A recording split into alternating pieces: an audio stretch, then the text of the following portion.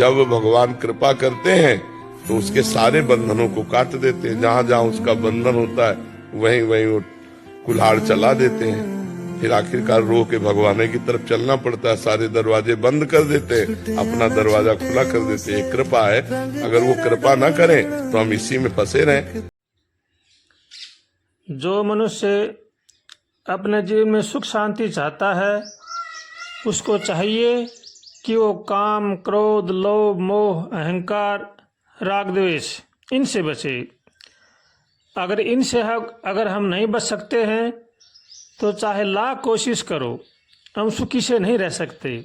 इसलिए हर मनुष्य को चाहिए कि इनसे बचे। और बातों से तो कुछ हद तक बचा जा सकता है, लेकिन राग, द्वेष और अहंकार बड़ा ही जटिल पहाड़ है। इनसे बचना बड़ा ही कठिन कार्य है। जिस मनुष्य में अहंकार आ जाता है कि मैं बड़ा हूँ, मैं बुद्धिमान हूँ, मैं चतुर हूँ, मैं समझदार हूँ, मैं बलवान हूँ, ऐसा अहंकार आते ही उसका विनाश होना शुरू हो जाता है। अहंकार का आवरण बड़ा ही घिना है। ये बिना गुरु कृपा के समझ में नहीं आता है। इसलिए हर मनुष्य को चाहिए कि अहंकार से बचे। अहंकार बड़ा ही भयंकर है। साधन के रास्ते में अहंकार रूपी ठग बड़ा ही भयंकर होता है। यह हमें बहुत ही जल्दी प्रलोभन में डालकर रास्ता छुड़ा देता है। और ठगों से तो कहीं हद तक बच सकते हैं, लेकिन अहंकार से बचना बड़ा ही कठिन कार्य है। यह हमारा मित्र बनकर मारता है। हमें पता ही नहीं लगने देता है कि क्या सही है, क्या गलत है। जो हम कर रहे हैं वही ठीक है, यही मन में जज जाता है। इसलिए अहंकार से बचना चाहिए। अहंकार बड़ा ही चतुर है, वो रसातल में ढकेली देता है। इसलिए हर मनुष्य को अहंकार से बचना चाहिए। मैं बड़ा हूँ, मैं चतुर हूँ, यह विचार दिल में आते ही विवेक नष्ट हो जाता है। इसलिए दिल में अहंकार का वास नहीं होने देना चाहिए। रात दिन दिल में संसारी चिंताओं से न होने दें। अपने साधन कार्य में मस्त रहें, भगवान से प्रार्थना करें, मन में भगवान को एक क्षण भी न भूलें। हरदम भगवान से प्रार्थना करें, हे नाथ हमें सद्बुद्धि दो, सद्विचार दो, ताकि संसार की बुराई से बचें। ऐसे भगवान से रोज प्रार्थना करनी चाहिए। और काम, क्रोध, लोभ, मोह, अहंकार, राग, द्वेष इनसे बचना चाहिए। इनसे जो बच जाता है वही जीवन में खुश हो सकता है। वरना तो चाहे हम लाख कोशिश करो, हम खुशी से नहीं रह सकते। जो मन में शांति चाहते हैं, खुश रहना चाहते हैं, उनको चाहिए कि वो राग, द्वेष और अहंकार से बचें। ऐसा ही राग द्वेष का पहाड़ है। राग द्वेष जिसके भी लग जाता है उसमें वह कुछ भी नहीं छोड़ता है, वो रसातल की तरफ ढकेल देता है। जिसके साथ हमारा राग हो जाता है उसमें हमें सब में गुण ही गुण दिखाई देने लगते हैं कि ये अच्छा है, ये भले ही चाहिए वो निरी गलतियां ही क्यों न करे, लेकिन वो गलतियां भी उन गुण में प्रवृत्त हो जाती हैं। इसलिए किसी के साथ भी राग नहीं करना चाहिए। और जिसके साथ द्वेष हो जाता है उसमें सारे अवगुण ही अवगुण दिखने लग जाते हैं, क्योंकि उसके साथ हमारा कोई लगाव नहीं है। इसलिए हर मनुष्य को चाहिए कि वो राग द्वेष से बचे। राग द्वेष बड़ा ही भयंकर जटिल पहाड़ है। जिस भी मनुष्य का लग जाता है उसको वो अधोगति में पहुंचा देता है। इसलिए राग द्वेष से हरदम बचना चाहिए। इसी तरह से लोभ होता है। लोभ भी बड़ा भयंकर है, इससे भी बचना चाहिए। जिस मनुष्य में भी लोभ आता है उसकी बुद्धि नष्ट हो जाती है। क्या भला है, क्या बुरा है, क्या गलत है, क्या सही है, ये उसके दिमाग से निकल जाती है। इसलिए लोभ से भी बचना चाहिए। लोभ में आकर मनुष्य बड़े से बड़ा अनर्थ कर सकता है। माता पिता, गुरुजन सब बेजाने हो जाते हैं। किसी का कहना न सुनना, न मानना, बस यही उसकी नीति बन जाती है। बस अपना स्वार्थ ही सिद्ध होना चाहिए, अपना यह प्रिय मित्र बनकर हमें रसातल में ढकेल देता है। इसलिए इस दानव से बहुत ही सचेत रहने की जरूरी है। चाहे हमें कैसे भी गुजरना पड़े, कुछ भी करना पड़े, दूसरे के धन को धूल के समान समझें। जो हमें भगवान ने दिया है उसी में संतोष रखना चाहिए, उसी में परम लाभ है। परंतु यह लोभ पाप का बाप है, यह हमको कहीं का भी नहीं छोड़ता है, रसातल में ढकेल ही देता है। इसलिए लोभ से भी बचना चाहिए। लोभ से मनुष्य को हरदम सावधान रहना चाहिए, हरदम सचेत रहें, भगवान के दिल में याद करें, जैसे वह रखें उसी में प्रसन्न रहें। जो कुछ हानि लाभ हो रहा है वह सब हमारे ही कर्मों का फल है, इसमें किसी का कोई दोष नहीं है। भगवान से भी धन की प्रार्थना न करें, भगवान से तो यही मांगे कि हे प्रभु हमें सद्बुद्धि दो ताकि भवसागर से पार हो सकें। यही पुकारो, दिल में कभी निराशा नहीं लानी चाहिए, हरदम उनकी याद में मस्त रहें, वही नैया पार लगाने वाले हैं। बस उन मालिक की आज्ञा का पालन करें, जैसे वह रखना चाहें वैसे रहें, इसी में ही जीव का कल्याण है। और मोह रूपी पिशाच भी बड़ा ही भयंकर है, इससे भी बचना चाहिए। यह भी मनुष्य को पछाड़ ही लेता है। किसी प्रकार का भी मोह नहीं करना चाहिए। अगर हम मोह करेंगे तो हमारा रसातल में जाना निश्चित है। इसलिए हर मनुष्य को चाहिए कि वह मोह माया से बचे, इसी में ही जीव की भलाई है। किसी भी जीव में किसी प्रकार की ममता नहीं करनी चाहिए। हमारा परिवार है उसमें ममता नहीं करना चाहिए। सबको भगवान का समझ के उनकी यथायोग्य सेवा करें, उनका आदर करें और भगवान का भजन करें, इसी में ही लाभ है। अगर ऐसा नहीं करते हैं तो मोह जाल में फंसकर हम अपना जीवन बिगाड़ लेते हैं। इसलिए मोह जाल से बचना चाहिए। किसी में भी ममता न करें, सबको भगवान का अंश समझें, प्रेम करें। प्रेम में निष्कामता है और मोह में सकाम भाव होता है। इसलिए मोह की दलदल से बचना चाहिए। यहाँ हमारा कोई भी नहीं है, सबसे प्रेम करें परंतु मोह न करें। हरदम दिल में भगवान को याद रखें, उसी में उनकी खुशी में प्रसन्न रहें। दुनिया को देखकर दिल में निराशा नहीं आने देनी चाहिए। वो क्या कर रहा है क्या नहीं कर रहा है ये सब कभी भी सोचना नहीं चाहिए। जैसा हमारे भाग्य में है वैसा होता चला जाएगा।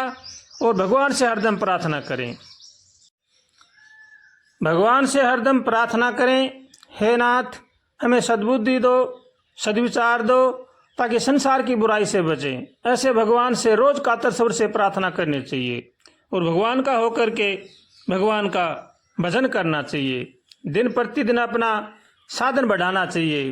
कभी रामायण जी पढ़ लिया, कभी गीता जी, कभी भागवत जी, कभी किसी संतों की पुस्तक, ये से रोज भगवान की पुस्तक, भगवान की चर्चा में बिताना चाहिए दिन। अगर हम ये से नहीं करते हैं तो हमारा मन राम बड़ा ही हरामी है, ये कहीं से कहीं चला जाएगा। इसलिए इसको भगवान के भजन में लगाना चाहिए और भगवान से रोज प्रार्थना करें, हे नाथ हमें बचाओ, हे नाथ हमें बचाओ, हम आपकी शरण में हैं। साधन मार्ग में कभी भी शिथिलता नहीं आनी चाहिए।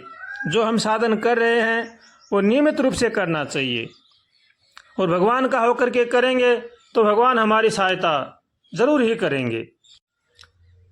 शुरुआत में जब हम साधन भजन करते हैं तो खूब मन लगाकर करते हैं, खूब करते हैं और बाद में धीरे धीरे कम कर देते हैं। ये बड़े ही घाटे की बात है। साधन मार्ग कभी भी कम नहीं करना चाहिए। ज़्यादातर ये से ही बीच में लटके रह जाते हैं। इसलिए तो इस रास्ते में पथ दर्शक यानी गुरुजनों की जरूरत पड़ती है। गुरुजनों की आज्ञा लेकर, उनका आशीर्वाद लेकर हमें इस मार्ग पर चलना चाहिए। अगर उनका आशीर्वाद नहीं लेंगे, मनमाना आचरण करेंगे तो हम इस रास्ते को तय नहीं कर सकते हैं। इसलिए हर मनुष्य को चाहिए कि वो मनमाना आचरण न करें और भगवान से हरदम प्रार्थना करें, गुरुजनों की आज्ञा का पालन करें। इसमें क्या लाभ है क्या हानि है ये नहीं सोचना चाहिए। हमें तो बस गुरुजनों का, संत महापुरुषों का आदेश जो मिल गया उसका आज्ञा पालन करना है। इसी लगन में मस्त रहना चाहिए और भगवान का होकर के भगवान का भजन करना चाहिए। परंतु मायाजाल बड़ा ही विकट है। यह जीव को दिल में निराशा प्रकट कर ही देता है। अनेक प्रकार का प्रलोभन दिखाकर जीव का रास्ता छुड़ा ही देता है। इस रास्ते में बहुत ही शूरवीरता की जरूरत है। दिल में कभी भी निराशा नहीं आनी चाहिए। मन के पीछे नहीं चलना चाहिए। यह मन बड़ा ही हरामी है, उन ठगों का मित्र है, इसकी एक भी नहीं सुननी चाहिए। जो भगवान ने, गुरुदेव ने जो हमें आज्ञा दी है उसी के अनुसार अपना जीवन बनाना चाहिए। क्योंकि यह जीव भगवान से बिछड़ा हुआ है और बिछड़ करके बहुत दूर चला गया है। इसलिए रास्ता तय करने में मुसीबतों का सामना करना ही पड़ता है। इसलिए हरदम सचेत रहें, सावधान रहें और भगवान का होकर के भगवान का भजन करें। भगवान से हरदम प्रार्थना करें, हे नाथ हमें उबारो, हम अथाह संसार सागर में बहे जा रहे हैं। आपके सिवा हमें कौन उबारने वाला है? बताओ आपके सिवा हमारा कौन है? आप ही हमारे माता पिता गुरुजन हैं, आप ही हमारे रक्षक हैं। हे नाथ हम आपकी शरण में हैं। हे नाथ हम आपकी शरण में हैं। हे नाथ बचाओ बचाओ। ऐसे भगवान से रोज कातर स्वर से प्रार्थना करनी चाहिए और भगवान का होकर के भगवान का भजन करना चाहिए। अगर हम भगवान के रास्ते पर चलेंगे, धीरे धीरे हमारा साधन भजन बढ़ाएंगे तो दिल में शांति होगी। और धीरे धीरे साधन बढ़ाने से शांति, धैर्य, संतोष का आगमन होता है। काम, क्रोध, लोभ, मोह, अहंकार, राग, द्वेष इनका वास कम हो जाता है। इस रास्ते में कई जन्म भी लग सकते हैं या सच्चे गुरुदेव मिल जाएं, सच्चे सतगुरुदेव भगवान की कृपा हो जाए तो इस जन्म में भी हम तय कर सकते हैं। उन्हीं की कृपा, इस रास्ते में गुरु कृपा ही बहुत जरूरी है। इसलिए संत महापुरुषों की कृपा, अपने माता पिता की कृपा, बड़े बूढ़ों की कृपा जरूर होनी चाहिए। हम अगर कितना ही जप तप यज्ञ हवन दान पुण्य सत्संग सेवा करते हैं, अगर गुरु कृपा नहीं है तो सब निष्फल है। इस साधन मार्ग में चलना चाहते हो तो सदगुरुदेव की शरण लो, उनकी आज्ञा का पालन करो और वो जैसा कहें उसी के अनुसार करो। अपने माता पिता की सेवा करो, बड़े बूढ़ों का आदर करो, अपने कुटुंब परिवार का पालन पोषण नेक कमाई से करो। धर्म की कमाई हो, धर्म पर चलेंगे तो भगवान हमारी सहायता जरूर ही करेंगे। अगर हम छल कपट करेंगे, किसी के साथ धोखाबाजी करेंगे, ठगाबाजी करेंगे, चोरीबाजी करेंगे तो वो धन हमें रसातल में ले जाएगा और हमारे परिवार को भी रसातल में ले जाएगा। इसलिए ठगाबाजी के धन से, चोरीबाजी के धन से बचना चाहिए। अपनी नेक कमाई करके अपने परिवार का पालन पोषण करना चाहिए और हरदम भगवान से प्रार्थना करनी चाहिए, हे नाथ हमें बचाओ, हमें सद्बुद्धि दो, हम आपकी शरण में हैं।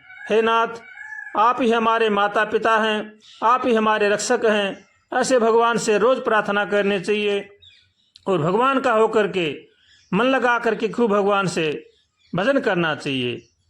श्रीमन नारायण नारायण नारायण हरि, श्रीमन नारायण नारायण नारायण हरि। हमारे लिए देर प्रभु काहे को करी, श्रीमन नारायण नारायण नारायण हरि, श्रीमन नारायण नारायण नारायण हरि। हमारे लिए देर प्रभु काहे को करी, श्रीमन नारायण नारायण नारायण हरि, श्रीमन नारायण नारायण नारायण हरि।